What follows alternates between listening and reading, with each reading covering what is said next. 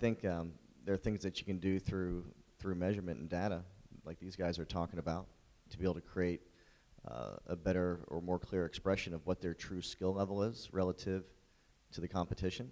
You know, so if they see that the things that they're doing are definitely in line with high performers, you know, then they have to start permitting themselves to believe a little bit more.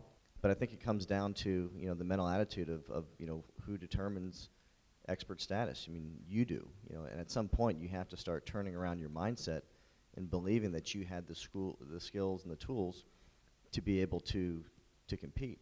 And the thing is, at the end of the day, if they can't turn that belief system around, it doesn't matter how well they catch the ball in the center of the face. You know, in 4 rounds of competition against the world's best players, it's just not going to add up. So I think there's an emotional component to it, but I also think there's a data collection component that you can put those two things together and hopefully get them over the hump. I couldn't agree more.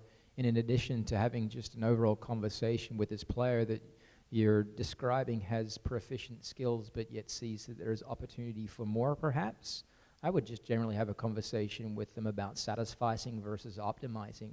And the difference being that when a player tries to over-optimize, they're looking for needles in haystacks that don't become the difference makers that might improve their performance. Whereas when a player satisfices, they're getting rid of baggage that would otherwise bog them down. That baggage could be, well, at the top of the swing, I don't like how when anyone shoots a video of it, I look in this way, when it really at the bottom of the swing doesn't necessarily affect.